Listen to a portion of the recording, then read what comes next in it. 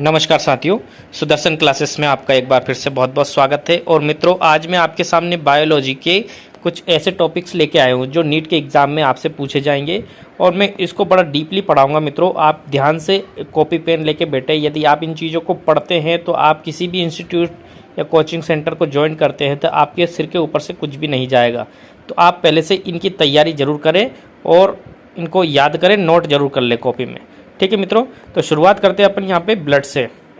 Blood के बारे में पढ़ना है। ब्लड में हम 0 लेवल से लेके हाई लेवल तक यहाँ पे पढ़ेंगे।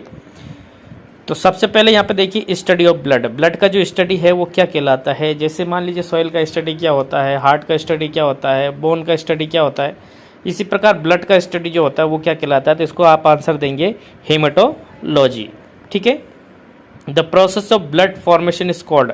ब्लड के जो बनने की जो प्रक्रिया होती है, जो प्रोसेस होती है ब्लड के बनने की, खून के बनने की जो प्रोसेस होती है उसको क्या बोलते हैं। तो हीमोपोइसिस बोलते हैं मित्रों उसको। ठीक है, ये दो टर्म आप जरूर याद रखें। ठीक है, कि हेमाटोलॉजी क्या होता है, स्टडी ऑफ ब्लड, और हेमोपोइसिस क्या होता है, blood making formation process.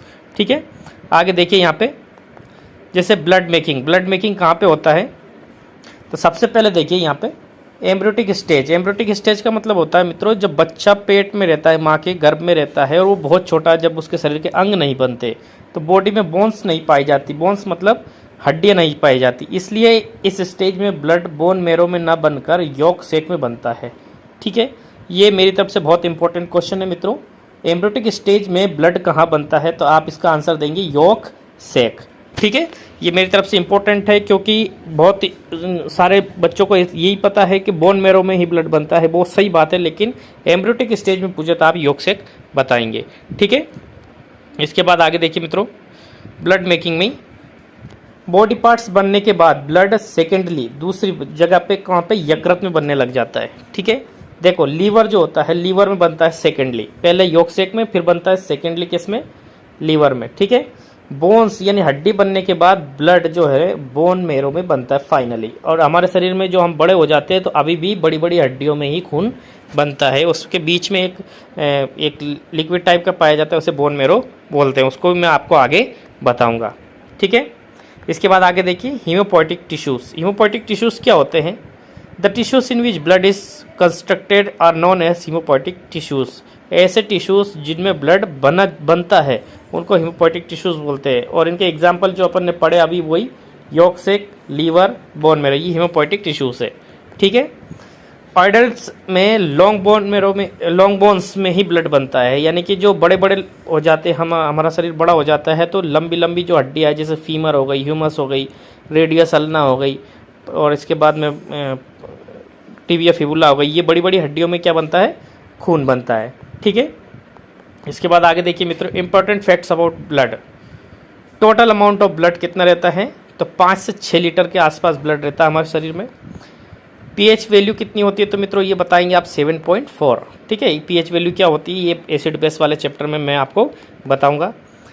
Colour of blood. Blood का कलर क्या होता है, तो देखिए आर्टरीज मतलब होता है धमनी, bright red due to oxygen. Oxygen के कारण रेड होता है, लेकिन कैसा रेड होता है मित्रों, ब्राइट रेड, ये ध्यान रखना है। ठीक है, कलर जो होता है ब्लड का वो रेड होता है, लेकिन आर्टरीज में पूछ लिया तो आप बताएंगे ब्राइट रेड। ठीक है, इसके बाद में मान लीजिए उसने वीन्स में पूछ लिया तो वीन्स में आप CO2 की प्रेजेंस के कारण क्या बताएंगे, डार्क रेड बताएंगे। ठीक है मित्रों, इसके बाद आगे देखिए कंपोनेंट्स ऑफ ब्लड। ब्लड के कंपोनेंट्स क्या है, तो प्लाज्मा। ब्लड में 55% भाग प्लाज्मा का होता है, जिसमें कंपोनेंट्स होते हैं कौन कौन से, वाटर 92% होता है, प्रोटीन 6 to 9% होता है, रेस्ट जो other nutrients, gases, salt, hormones जो होते हैं वो बाकी होते हैं। ठीक है, जैसे हार्मोन होते हैं, हेपेरिन होता है जो एंटीकोगुलेंट पार्ट है। ठीक है, इसके बाद में देखिए heparin is the anticoagulant protein that protects blood from freezing. Blood को जमने से रोकता है, क्लोटिंग से रोकता है। किससे रोकता है मित्रों, क्लोटिंग से। क्लोटिंग मतलब समझते हो, ब्लड का जमना, उसको उससे रोकता है। कौन रोकता है, हेपेरिन। ठीक है, इसको एंटीकोगुलेंट भी बोलते हैं। ये इंपॉर्टेंट क्वेश्चन है मेरी तरफ से कि हमारे शरीर में जो ब्लड में एंटीकोगुलेंट क्या होता है, तो हेपेरिन नाम बताएंगे उसका। ये ब्लड को जमने से रोकता है। ठीक है, आगे देखिए blood cells float in plasma. इसमें प्लाज्मा में ब्लड सेल्स क्या करती है, फ्लोटिंग करती रहती है, तैरती रहती है। Mainly 3 types of proteins are found in plasma. Plasma में मेनली 3 प्रकार के प्रोटीन्स पाए जाते हैं। वो कौन से मित्रों? First, clotting factor. In this type of factor mainly made of fibrinogen that protects us from bleeding. इसमें फाइब्रिनोजन पाया जाता है जो हमें ब्लीडिंग से बचाता है, यानी खून बहने से ये रोक लेता है। ठीक है, ब्लीडिंग का मतलब होता है मित्रों खून बहना। ठीक है, शरीर में कहीं चोट लग जाए, खून बहने को क्या बोलते हैं? ब्लीडिंग बोलते हैं। ठीक है मित्रों, सेकंड देखिए, globulins. In this protein mainly gamma globulins that is also known as इम्यूनोग्लोब्युलिन्स।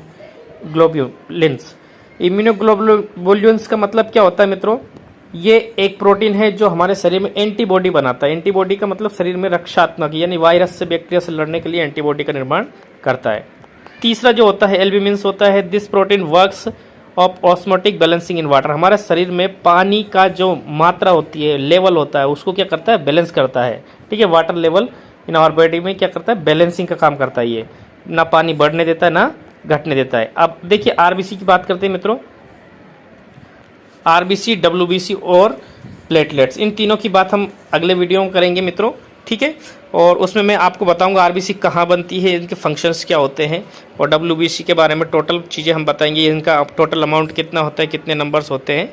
Video पसंद आए तो प्लीज़ लाइक करना, शेयर करना अपने दोस्तों के साथ, सब्सक्राइब जरूर करना चैनल को। Thank you very much.